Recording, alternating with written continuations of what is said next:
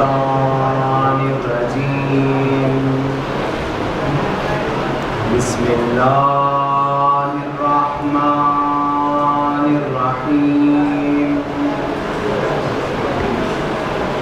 الحمد لله رب العالمين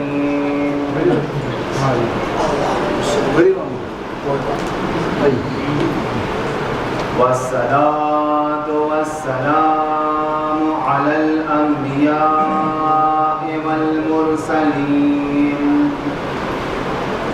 لا سيما على حبيبنا أبي القاسم المصطفى محمد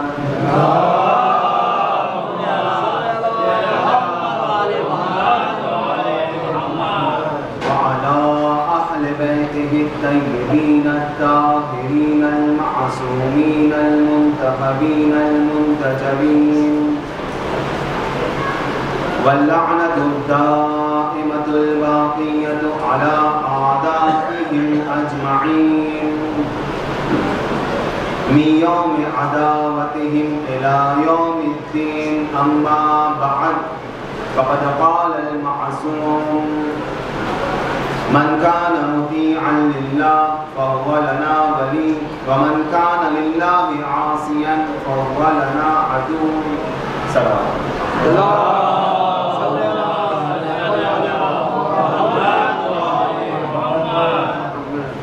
ارشاد معصوم ہوتا ہے کہ جو کوئی اللہ کی اطاعت کرے گا تقوی و پرہیزگاری اختیار کرے گا وہ ہمارا دوست ہے، اور جو اللہ کی نافرمانی کرے گا وہ ہمارا دشمن ہے۔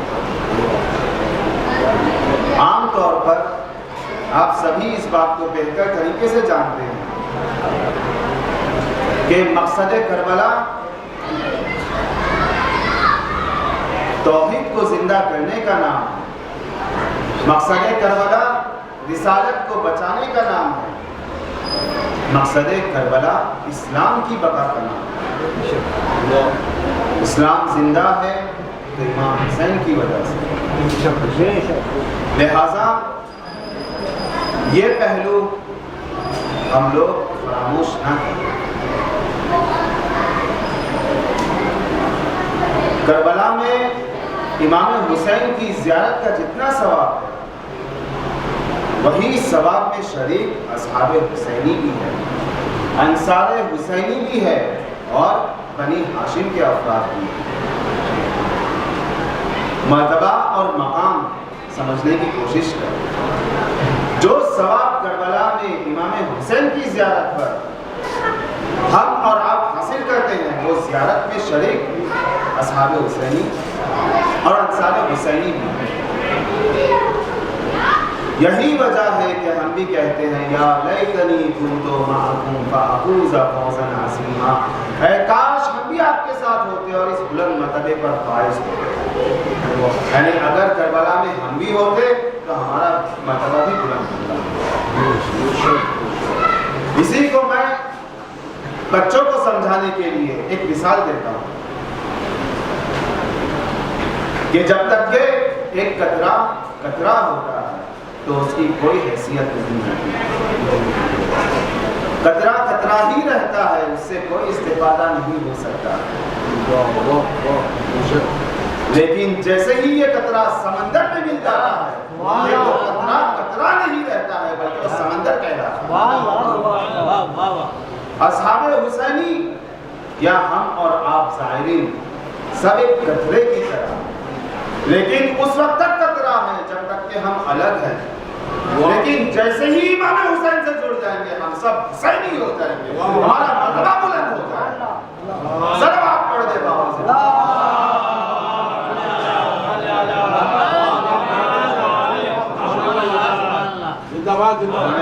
یا لیتنی کنت معکم فافوز فوزا عظیما، اے کاش ہم بھی آپ کے ساتھ ہوتے اور ہمارا بھی بلند مرتبہ ہوتا۔ گرامی مسلسل آپ کربلا اور کربلا والوں کی داستان واقعات سنتے رہتے ہیں، کیا جنہوں نے امام حسین کی مدد کی، جو انصار حسین تھے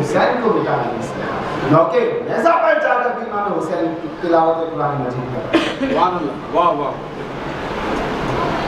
لہذا ما رأیت الا جمیلا, میں نے اچھائی کے علاوہ کچھ نہیں دیکھا. یہ عظمت ہے جناب زینب سلام اللہ علیہا جو عالمہ غیر معلمہ تھی. عالمہ غیر معلمہ. یہ مرتبہ, یہ منصب, یہی وجہ ہے کہ کربلا امام حسین کی شہادت کا ہے. لیکن اس کے بعد کا مرحلہ جناب زینب کی قیادت میں. فتح کربلا امام حسین نے کیا تھا, فتح شام جناب زینب نے کیا. صلوات پڑھ دے بابا سے.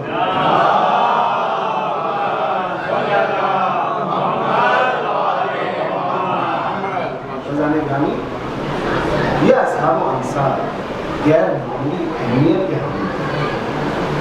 یہی سبب تھا کہ ان کی عظمت اتنی بلند ہو گئی کہ آج تمام اصحاب و انصار کربلا میں امام حسین کے جواب میں, امام حسین کے پڑوس میں, امام حسین سے نزدیک تدفین. یہ عظمت اصحاب کربلا, یہ عظمت انصار کربلا, اور ویسے ہی عظمت زاہدانی کربلا. ایک واقعہ سنا دوں آپ کو جو اب تک کے شک و شبہ رہا کرتا تھا, جسے میں نے شروع سے اب تک ثابت کرنے کی بھی کوشش کی کہ امام حسین کے ظاہر کی اتنی عظمت کیوں ہے.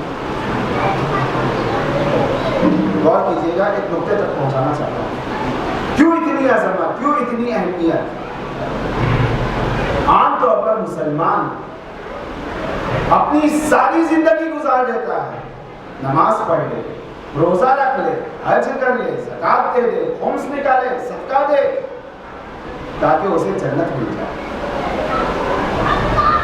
ساری زندگی کی زحمتوں کے عوض میں جنت چاہتا ہے, لیکن اس کے باوجود روز محشر پتہ چلے گا کہ آیا وہ جنت کا حقدار ہے یا نہیں ہے. اسے اطمینان نہیں ہے, مرتے مرتے مر جاتا ہے, وصیت کر جاتا ہے میرے لیے نیکی کرو, میرے لیے ثواب جاریہ کا کام کروانا تاکہ مجھے جنت مل جائے. جس جنت کے لیے سارے مسلمان اپنی ساری زندگی ختم کر دیتے ہیں, وہ جنت کتنی اہمیت ہے جنت. لیکن آپ عزادار کی عظمت کو سمجھیں, ظاہر کی عظمت کو سمجھیں. جس جنت کے لیے مسلمان نے اپنی زندگی ختم کر دی, ظاہر خالی امام حسین کے نام پر اپنا ایک آنسو نکالتا ہے, اس آنسو کے بدلے میں وہ جنت خرید لیتا ہے. یہ منصب ہے ظاہر امام حسین کے ماننے والے کی, امام حسین کے عزادار. لیکن عزیزان گرامی, غلط فہمی کا شکار مت ہوئیے گا کہ یہ آنسو آپ کو جنت میں جو پہنچا رہا ہے, اس کے بعد آپ کی اور کوئی ذمہ داری نہیں. توجہ کیجیے گا, یہ بہت اہم نکتہ ہے. اور پانچوں مجلس کا, میں خود اپنی طرف سے کہہ رہا ہوں کہ پانچوں مجلس کا اگر صحیح نچوڑ دیکھا جائے تو یہی نکتہ ہے جو میں آپ کو کہنے جا رہا ہوں کہ صرف عزاداری. مقصد کربلا کیا صرف شمشیر زنی تھی؟ مقصد کربلا کیا صرف گھوڑ سواری تھی؟ مقصد کربلا کیا صرف خیموں کو جلوانا تھا؟ مقصد کربلا کیا خالی سروں کو تنوں سے جدا کروانا تھا؟ روح کربلا کیا اسیر ہونا تھا یا کوئی اور چیز؟ وہ نقطہ بہت ضروری ہے. مقصد کربلا نہ شمشیر زنی تھی, مقصد کربلا نہ گھوڑ سواری تھی, مقصد کربلا نہ خیمے چلوانے تھے, مقصد کربلا نہ چادریں چھنوانی تھی, مقصد کربلا نہ اسیر ہونا تھا, مقصد کربلا نہ صرف شہید ہونا تھا. تو آخر تھا کیا مقصد کربلا؟ مقصد کربلا آپ سب خود جانتے ہیں کہ مقصد کربلا خلوص کے ساتھ مرنے سے پہلے, شہید ہونے سے پہلے خالد کی بارگاہ میں امام حسین کا سجدے میں سر رکھنا تھا. یہ تھا مقصد کربلا. کیوں سجدہ حسین کی اتنی اہمیت ہے؟ اس لیے کہ روح کربلا سجدہ حسین ہے. اس لیے علامہ اقبال نے بھی کہا تھا کہ اسلام کے دامن میں بس اس کے سوا کیا ہے؟ ایک ضرب ید اللہ، ایک سجدہ شفیع. صلوات پڑھتے ہیں.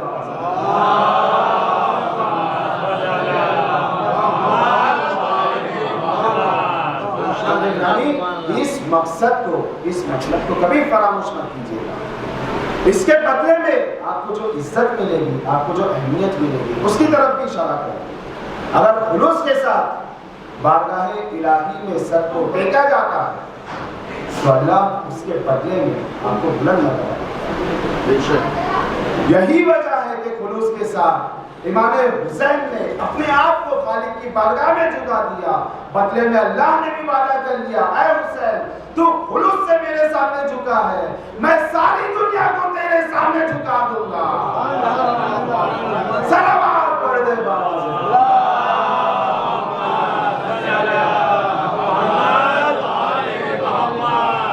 آپ چاہتے کیا ہیں؟ دنیا چاہتے ہیں، آخرت چاہتے ہیں، عزت چاہتے ہیں، مرتبہ چاہتے ہیں، منصب چاہتے ہیں؟ جھکائیے اپنے سر کو اللہ کے سامنے. اور ایک اچھا نکتہ بھی ذہن میں آیا ہے. ہم سب زیارت اربعین کے لیے کتنے مشتاق ہیں. ہر کوئی چاہتا ہے کہ اسے دربار حسین میں جانے کا موقع ملے. کتنا عظیم دربار، کتنا بڑا دربار ہے امام حسین کا کہ جہاں پر جانے کے لیے مومنین کے دل کی حسرتیں ہیں کہ کسی طرح دربار حسین میں جائے.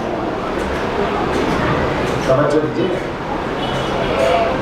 ہر مومن کے دل کی آس ہے کہ اسے کربلا کی زیارت نصیب ہو، امام حسین کے دربار میں جانے کا موقع ملے. لیکن میں کہوں گا اے آزاداران حسین، جس دربار میں جانے کی خواہش آپ رکھتے ہو اللہ آپ کو اس دربار میں پہنچا دے. لیکن ذرا یہ بھی دیکھنا کہ امام حسین کی بھی ایک خواہش تھی، ان کی بھی ایک تمنا تھی، ان کی بھی ایک آرزو تھی. وہ ہمیشہ یہ چاہتے تھے کہ خود کو اللہ کے دربار میں لے جائے. صلوات پڑھ دے بابا.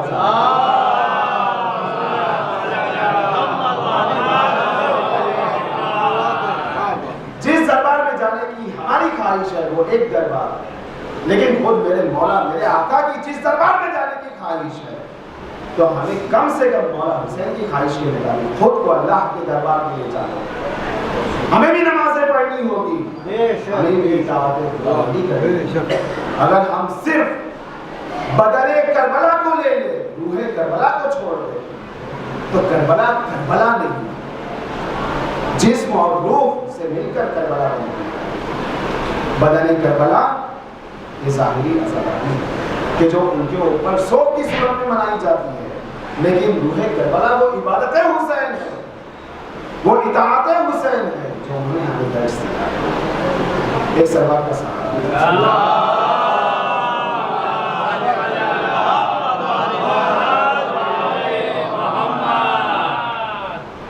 اور ایک سوال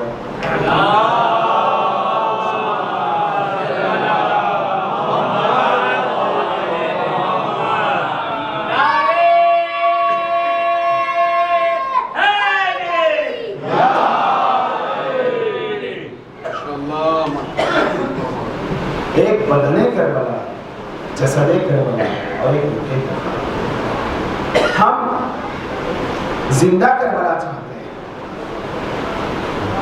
ہمیں جو مقصد حسینی ہے اسی کے مطابق خود کو ڈھالنا ہے.